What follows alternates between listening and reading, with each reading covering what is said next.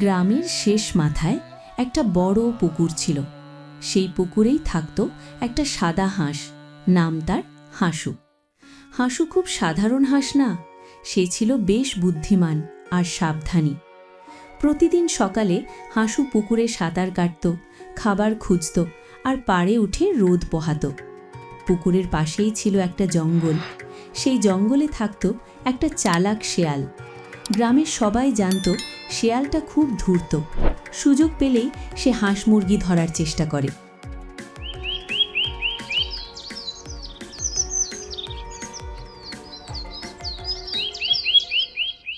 একদিন সকালে শেয়াল দূর থেকে পুকুরের দিকে তাকিয়ে হাঁসুকে দেখল আর বলল, আহা, কি মোটা তাজা হাঁস! ওটাকে পেটে চালান করতে পারলে কি যে মজা হতো। শেয়াল ধীরে ধীরে পুকুরের পাড়ে এসে খুব মিষ্টি গলায় বলল, ওহে হাসু, তুমি যেমন সুন্দর তেমনি সুন্দরভাবে সাঁতার কাটছ। তোমার সাঁতার কাটা দেখে আমি মুগ্ধ। আমারও তোমাকে দেখে সাঁতার কাটতে ইচ্ছে করছে, কিন্তু কি করব বলো, আমি তো সাঁতার কাটতে জানি না। হাঁসু সঙ্গে সঙ্গে বুঝে গেল এটা ভালো লক্ষণ না। শেয়ালের নিশ্চয় কোনো বাজে মতলব আছে। সে একটু দূরে সরে গিয়ে বলল, তুমি কে? এখানে কেন এসেছো? আরে ভয় পেও না, আমি তো বন্ধু হতে এসেছি। তুমি একা একা থাকো, তাই না? না না, আমি একাই ঠিক আছি। আমার কোনো বন্ধুর দরকার নেই। শেয়াল চলে গেল আর বলল, চালাক হাঁস, ঠিক আছে, অন্যদিন কিছু একটা বুদ্ধি করে কাজটা হাসিল করতে হবে।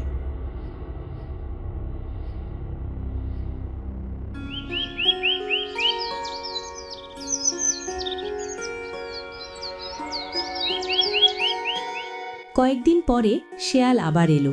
এবার সে বলল, হাসু, আজ খুব খারাপ খবর আছে। এই পুকুরে নাকি শিকারি আসবে। তুমি তো একাই এই পুকুরে থাকো, তাই তোমাকে সাবধান করতে এসেছি। তুমি আমার সাথে আমার বাড়িতে চলো। শিকারি আমার ঠিকানা জানে না। হাঁসু চোখ কুঁচকে বলল। তুমি এত দয়া দেখাচ্ছ কেন? শেয়াল নাটক করে বলল, আমি চাই তুমি বাঁচো, আমার বাড়িতে চলো। হাঁসু হেসে ফেলল। যদি শিকারি আসে, আসুক, আমি একাই মোকাবিলা করব। তোমার সাথে যাওয়ার দরকার নেই। শেয়াল চুপ।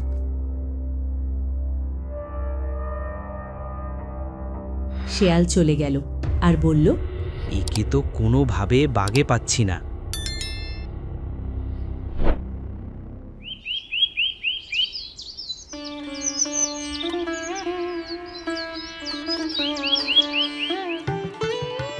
একদিন হাঁসু ইচ্ছে করেই পাড়ে উঠে এলো।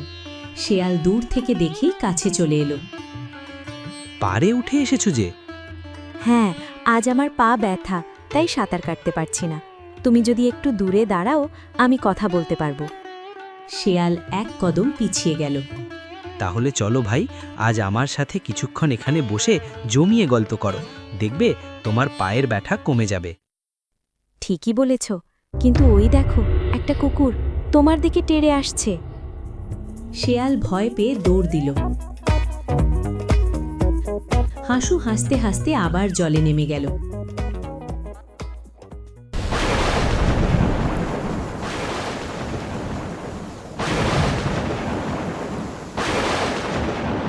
একদিন হঠাৎ ভারী বৃষ্টি শুরু হলো। প্রবল বৃষ্টির জন্য হাঁসু পুকুরের পাড়ে একটি বড় পাতার ছাওয়ায় এসে দাঁড়ালো। শেয়াল দূর থেকে সেটা দেখল আর ভাবল, আজ হাঁসটা পাড়ে উঠে এসেছে। আজ এই বৃষ্টিতে ও আর জলেও নামবে না মনে হচ্ছে। আজ ওকে সাবার করতেই হবে, আর যে অপেক্ষা সয় না।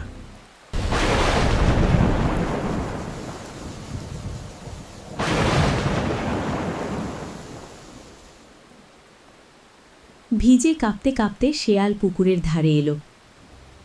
হাসু, আজ সত্যিই তোমার সাহায্য চাই। জঙ্গলে সব জায়গা জলে ভিজে আছে, আমিও পুরো ভিজে গেছি। যদি তুমি তোমার পাশে ওই বড় পাতার ছাওয়ায় আমাকে একটু বসতে দাও, তাহলে নিজেকে একটু শুকিয়ে নিই। হাঁসু কিছুক্ষণ চুপ করে থাকল, তারপর বলল, তুমি যদি কথা দাও আর কখনো আমাকে ধরার চেষ্টা করবে না, তবে আমি সাহায্য করব। শেয়াল বলল, কথা দিচ্ছি তোমাকে ধরার চেষ্টা করব না।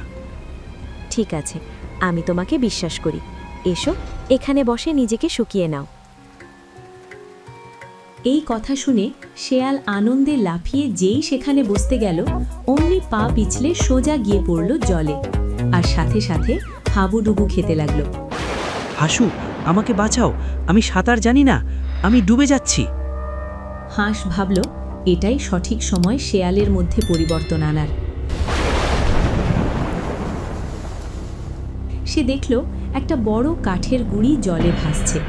তাড়াতাড়ি জলে নেমে সে ওই কাঠের গুঁড়ি ঠেলে নিয়ে এলো শেয়ালের কাছে আর বলল, নাও, তাড়াতাড়ি উঠে পড়ো এই গুঁড়িতে, আমি তোমাকে ঠেলে পাড়ে পৌঁছে দেব।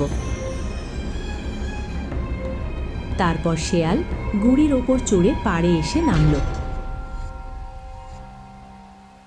হাঁসের জন্য প্রাণে বাঁচল। সে বলল, হাসু, আমাকে ক্ষমা করে দাও, আমি এতদিন তোমাকে ঠকিয়ে খাওয়ার সুযোগ খুঁজছিলাম, আর আজ তুমি আমার প্রাণ বাঁচিয়ে সত্যিকারের বন্ধুত্বের পরিচয় দিলে। আমি তোমার এই ঋণ কোনো দিনও ভুলব না। আজ থেকে আমি সত্যি তোমার বন্ধু হলাম। অনেক ধন্যবাদ তোমাকে ভাই। এরপর থেকে শেয়াল আর হাসু শত্রু রইল না। শেয়াল বুঝল সব শক্তি শরীরে না, বুদ্ধিতেও থাকে। আর হাসু শিখল বুদ্ধির সাথে দয়া আর ক্ষমা করার মানসিকতা থাকলে সবার মন জয় করা যায়।